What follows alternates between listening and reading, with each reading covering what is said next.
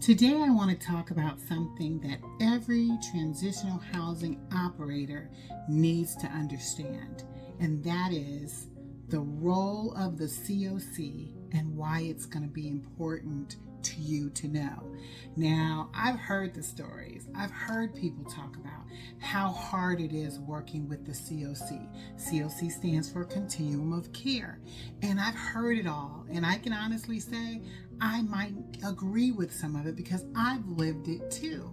So what I'd like to do in today's episode of Live for Free is we're going to do a breakdown specifically so you can understand, even though it may be hard, it's still worth it. So we're going to talk about exactly how you go about working with the COC, what things to look for, and you want to stay on till the end because I'm going to give you some specific things that you can do today to fully engage with the COC and not get into a place where it will be difficult for you. So let's jump right in.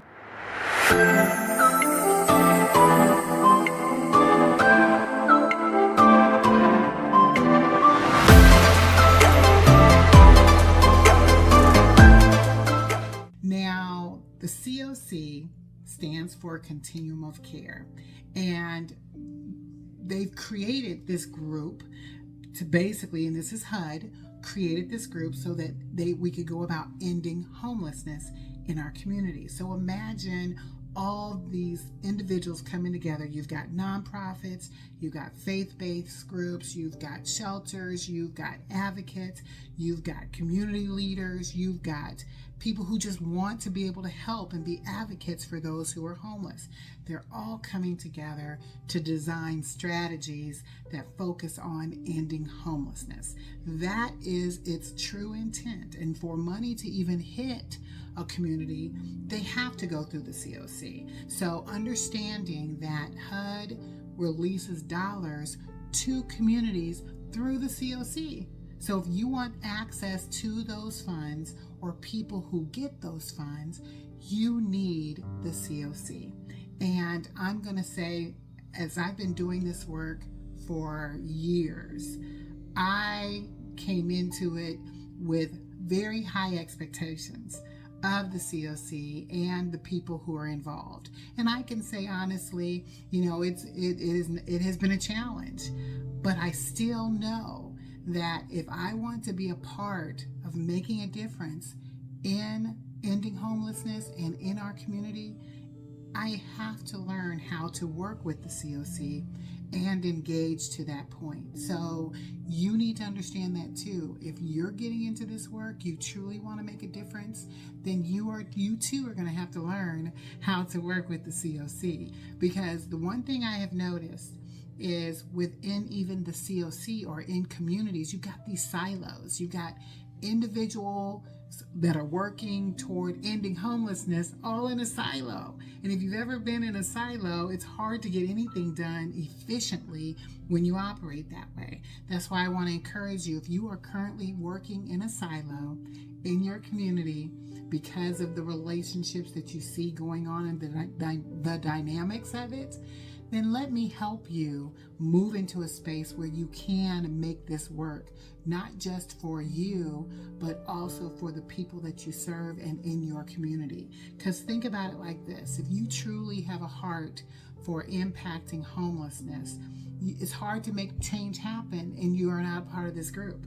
It's hard for you to make anything happen. Policy, programs, funding, all of those things are necessary, and you work together toward creating a strategy versus doing it separately. That's harder. I've never seen a bicycle work without all its parts work well. So we want to be the best oiled machine that we can in communities. And if you want to play a part in this space, you're going to have to learn how to play nice, okay? And I'm talking to you and to me at the same time as I talk about that. So as you think about the COC, you understand what it is, you understand that in order to get funding into your community, it comes through that organization, then we're going to learn how to do that. And we're not just talking about ending homelessness, we're talking about preventing it too. So there's preventative dollars involved as well. And those of you who are in the space that I'm in, like that's what I want to focus on, is we want to prevent homelessness from happening through the programs that we create. So being able to tap into those dollars and have access to those dollars is critical to your success, so you can learn how to move well. Now, when I got into this space, I'll just share a little story. I loved being a part of when I first got involved. This might have been 2017, so that's almost 8 years ago that I got involved with the COC. And when I got involved, it's a beautiful person. I love you, Irene, by the way. If you were listening, I love you, because Irene was she was the director of human services in St. Louis City. And when she was the director, she came to one of my events, and she's like, Tony, have you ever heard of the COC? And I was like, no, what is that? So immediately she got me involved. She's like, you need to apply. I think that it would be great for you to be an addition to this group. And from that point on, I was like zoned in on how can I make change happen. And those of you who know who I am, because I'm going to talk about some of the things that I did that probably didn't work so well, I got in and was really just like, how can I help? Now, I came in with the right attitude. I came in with the heart that I come in with in everything that I do. I wanted to be involved in everything. So I probably spread myself too thin, but I quickly got into an environment where I was inundated with COC stuff and inundated with how I can make change happen. And that definitely was not the best strategy getting into it. That's why those of you who are my mentees, you're learning from me the right way to get into communities and be engaged. So I want you to take that guidance as I give it to you. And at the end of this, I'll give you some of those nuggets as well for those of you who are not a part of my VIP, just so you can get engaged well in this community and be able to move forward. So I will encourage you, as you get into this space, you want to be able to make a difference, but it's the right way in which you can get into this community. Because I'm just going to tell you, I've heard people say how difficult it is. And I may have been one of them who really got to see too many things, because it is very political. Those are the things I hear all the time, is how political it is, how sometimes it seems like they move slow because there's a lot of red tape involved. And I'm going to use this generally when I say they, because not every COC operates the same way, but it's typical because of the conversations I've been hearing. This is very difficult to get in. It's too political. There's a lot of red tape, and it's hard to even get things moving along as they should move. And sometimes it appears like it's sort of like a insiders club. Those people who are inside get that information, where the people who are not a part of the inside group aren't included. So I've heard it all. I've heard why it's difficult. But as I said before, if this is a space you have a heart to be in, you do need to figure out how to be at the table to have these discussions. And you can do it really well. You just don't need to be, you want to be at the table, you just don't want to be the meal, okay? Just going to say that. You want to make sure that you're at the table being able to help make change happen, but you don't want to be a part of the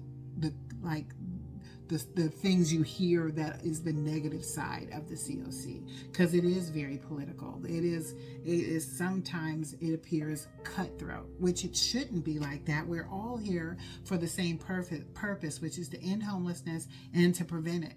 But I think because you have people who want to control everything, they want to be right there controlling it and moving things as they want to move things. So there is a right way to come in here so that you are not the one who is collateral damage in this, but that you can really learn and make some connections that are really valuable to you going in. So I would just say, don't let it discourage you. Do not get frustrated to the point where you walk completely away and say, I want no parts of it. I want you at the table with those who are making decisions in your community, and there is the right way to do it.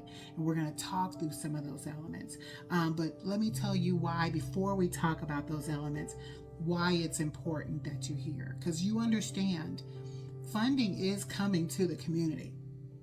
So if you know funding is coming and you want to be able to participate in some of that effort as you move people out of homelessness into housing and into programs and into sustainability and preventing them from experiencing that again, you would like to have some of those dollars come to you.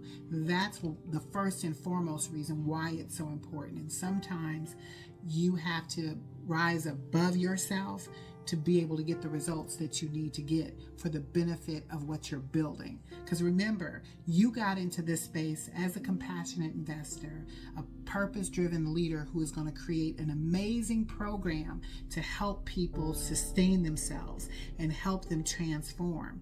And it's in order to do that, you need money. So you can only rely on so much when we talk about how you build your funding sources. You can build funding sources without grants. I'm just going to say that. But if you really want to further what you're building and create legacy, you at some point will need those dollars. So that's why that is still important, to be able to be involved where the funding that does come through that the government is providing, you get to participate in. And you can do it without being a nonprofit. There's creative ways, which those of you who are interested in how you do that, definitely reach out to me through my VIP, because that's where we get into the nitty-gritty of how you can build those relationships and do that and do it very well so that you can truly build legacy. But I'll give you some pointers here on the end on just how you can tap into the COC and start building relationships. So I want you to really focus on coming out of yourself and the thoughts that you believe about the COC, and get engaged with a group of people that will, maybe they won't hear you, and that's okay. You'll have a handful who will, but really get into where you can engage in this group and be a part of the conversation, because without that part, you are truly in a silo. You're operating in a space that will not really fully serve you, being in a silo. So I would encourage you to get involved, find a way to be a part of the conversation, because it is important if you really want to build legacy and build something solid that your program can stand on. And that's why it's so important. So let's jump into some things that you can do now to engage the right way. But before I give them to you, go ahead and subscribe to my channel and be sure to get the notifications as these new messages are about to come out, because my goal is to send out at least 2 to 3 new videos a week along with some other items. So definitely I want you to be notified once they come through. So here is the right way that you engage with the COC so that you can be successful. Definitely go online and find your local COC. Now, every county has one. So you will go and look it up by your county. Now, some of you might have more than one to choose from. I'll give you some tips if you contact me at tonyschool.com and join my community. I would love to share with you specifically how you would identify the best one to choose, but just choose one. Choose something that is going to be local to you and go ahead and sign up. It's free. It's free to be a member. Submit your application so you can be a part of this amazing community that can help you build out your legacy. So as you do that, that's when you will want to make sure that you connect with a committee. So once you join and they accept you, there should be something similar to a service. I think it's like a service delivery committee. That's what we call it here in St. Louis. Something just close to where you are with a group of people who talk about the services, because housing is a part of that service that is needed, and they need to be able to provide housing for them. Also, I would encourage you to look for any type of landlord engagement that they already have in that mix. Just getting connected. That's where you need to start. And that's actually where I started. I started in service delivery and advocacy. Those were the two that I really enjoyed. But service delivery was the best one. And I would just say, don't do what I did. Don't go out here and join multiple committees. Don't do that. Just do one right now, because there's a reason for that. I want you focused, laser focused on what you need to do. You join that one committee, so you're talking about it. And when you go to a meeting, You become a sponge. That's all I want you to do. I'll give you more guidance later when you join our school community at tonyschool.com. That's TONISKOOL.com. When you join there, just hit me up and I will be able to share some more details with you. But that's all I need you to do is go there and be a sponge. And as you're being a sponge, don't just go once and say, oh, I didn't like it. They were very political. Don't do that. Go. Be consistent. Listen.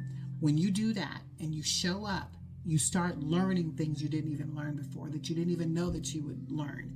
Because it's important that you start understanding the language. How they speak is different than you. Because if you're not a social worker, you don't understand half the stuff they're talking about. So you need to start learning and become a student of what the needs are in your community. Because those are the type of things that will take you to the next level. And you are right where you need to be. And then I would just tell you, as you start looking for relationships with people, lead with your heart. Because if you lead with anything else, it's going to look self-serving. I don't want you to be that person. Don't be that person where it's all about you and you passing out your cards and all that stuff. Don't do that. You're going to lead with your heart. You're there to absorb and listen, and then you're there to sort of basically identify the leaders that you need to know and those who are the ones getting the funding in the space that you consider your niche. As you start identifying that, that's when you can start honing in on where it is that you need to go from there. And I would love to be the one to guide you through this process. And that's why it's so important that you join my school community, because that's where other purpose-driven leaders are getting together and we talk about this stuff, and they get to connect with me. So definitely do that. And then as you build this out, because the thing is, I want you always thinking about your why. If you don't know your why yet, because you need to know your why.